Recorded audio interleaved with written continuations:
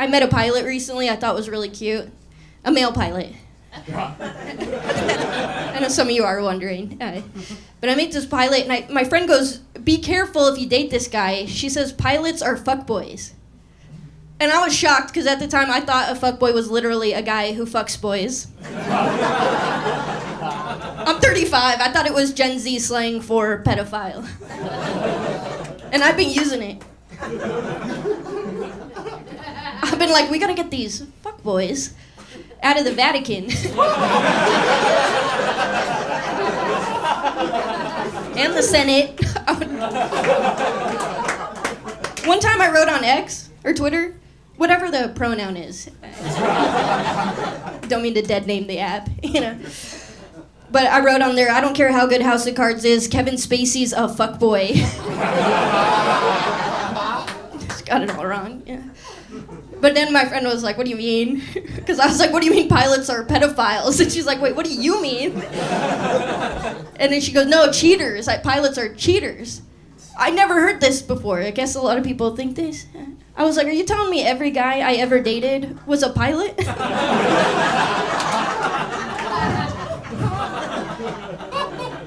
But listen, I'm not going to judge an entire occupation on a rumor, all right? So I went on a date with this pilot, all right? And on the date, he's showing me his pilot's license, and I see that this guy's 24 years old.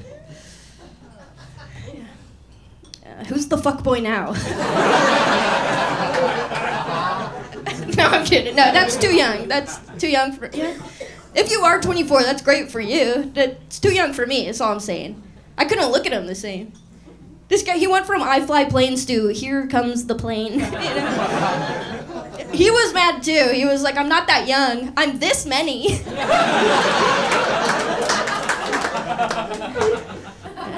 You need time out or what's it? I knew if we hooked up too, he'd put me in airplane mode. That's where I'm on my back and he's on my hands and knees like, woo, again, you know. It's fun for him. I'm doing all the work. But listen, I know I don't want to date or hook up with a 24-year-old because it's too young for me. I'm not judging anybody, but I'm sober now. It's not because of that, but it affected it, you know. Here's the thing why I'm sober, because I've been self-medicating my whole adult life. You know, I'm 13 years into stand-up. I reached this point where I'm like, who am I? What's my voice? What's my perspective, you know? And when I figure that out, then I'm going to add the alcohol back in. Maybe some other stuff, too. Yeah. You're going to get fucked up with a point of view. It's gonna be awesome. Being sober is a trip, I'll tell you that. I've started feeling emotions, like anger. Never felt that for a long time. Yeah, here's certain things making me mad now. Like, my aunt adopted a dog, which is great, but the dog's name is Jessie. Oh. Which is my name. And it has been. And she will not change the dog's name. I've asked. And I wish more of you were on my side right now. But maybe you don't understand. Here's what... May I ask, what's your name? Kenzie? Okay, imagine you're going to your aunt's house, the whole family's there, and the whole time they're like, oh, Kenzie's licking her butt. Kenzie's in the trash. Kenzie's rubbing her butt on the... It's a lot of butt stuff. It's humiliating. Yeah. And it makes me mad, but then I'm like, you can't get mad at things you can't control. Or something I read once. It's like, you gotta focus on things you can control.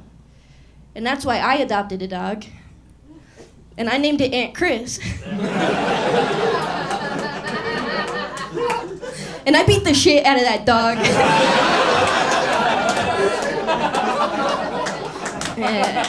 Yeah, I'm in control of that.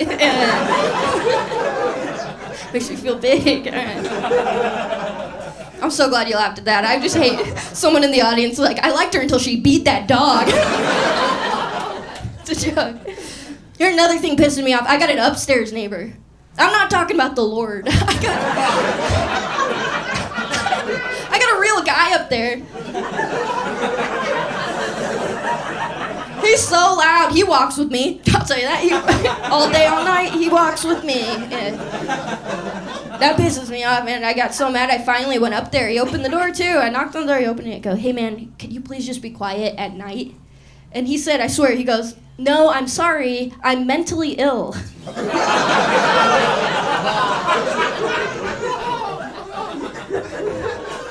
He won that, yeah? You can't be like, prove it. No, literally what I said was, I'm sorry, and walked. Now I just live with it. I'm not making fun of mental illness either. I have before, but that's not what this is. I'm just reporting my findings. Yeah, I made fun of mental illness. I'll tell you about one time I made fun of mental illness. And I was like 15, greasy hair, braces, my parents, my whole family was kind of, preoccupied in their own lives, so I was looking anywhere for attention. Not like now. But I remember we had this group of friends and our favorite teacher, and one kid found out that if you told a teacher that you were going to kill yourself, they'd be required to fill out a lot of paperwork. You with me? So once we found that out every single day in the halls, we'd be like, hey, Mr. S, have a good lunch. To me, that is like the purest comedy. And don't get it twisted, I still talk to this teacher. Like social media, he'll message me and be like, I see what you're doing in your career and I'm really proud of you. And I'll be like, yeah, I think I'm gonna do it tomorrow.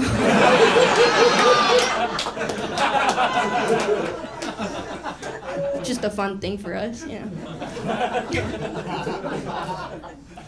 Everyone's scared of AI.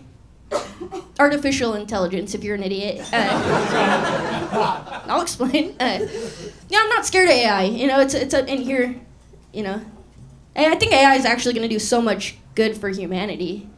I do. I think it's really going to help us, and I know it's listening. So I just like to be on record in 2025 saying, how much I like AI. And a lot of you are going to wish you laughed a little harder at day. That's on you? Yeah. No, but it's not the computers that scare me, it's the people behind them, I keep hearing this phrase, the system is down. It's the system is down, the human behind it cannot move forward. And which is crazy, because when I grew up, we had rage against the machine. We had fight the system. We had down with the system. We even had system of a down. We had every variation of the phrase, and now I just hear the system is down and then game over. And one time I was at the hotel, I went to the restaurant at the hotel, and the hostess stopped me and she's like, I'm sorry I can't seat you, the system is down. And I said, well, I have cash, would that work? She goes, either way, I wouldn't be able to get your order to the cook. The system is down.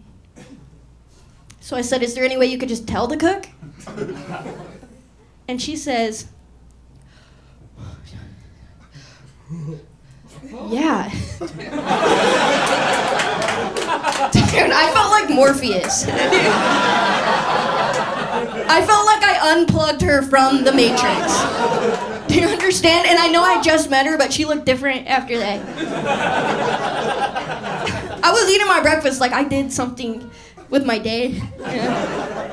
And then she skipped over to me and she goes, good news, the system's back up. And I'm like, we lost her.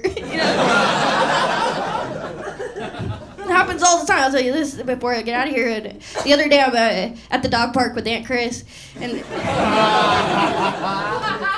she loves it there.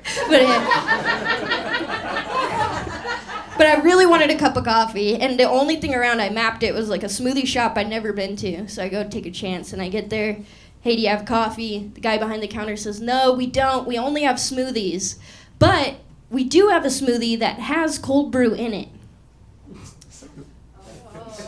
Now he's holding the cold brew.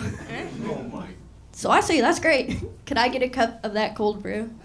And he says, I swear, he goes, no, I can't. I don't have a button for it in the system. I said, all right. could I get that smoothie without any of the ingredients except the cold brew? I'm trying to override the system. And he says, no, I can't. I'm sorry, I can't. I don't have a button for it in the computer. I said, you're telling me you can't just take that coffee, pour it in a cup, and hand it to me? And I swear, he says, no, I can't. I'm mentally ill. Thank you guys so much.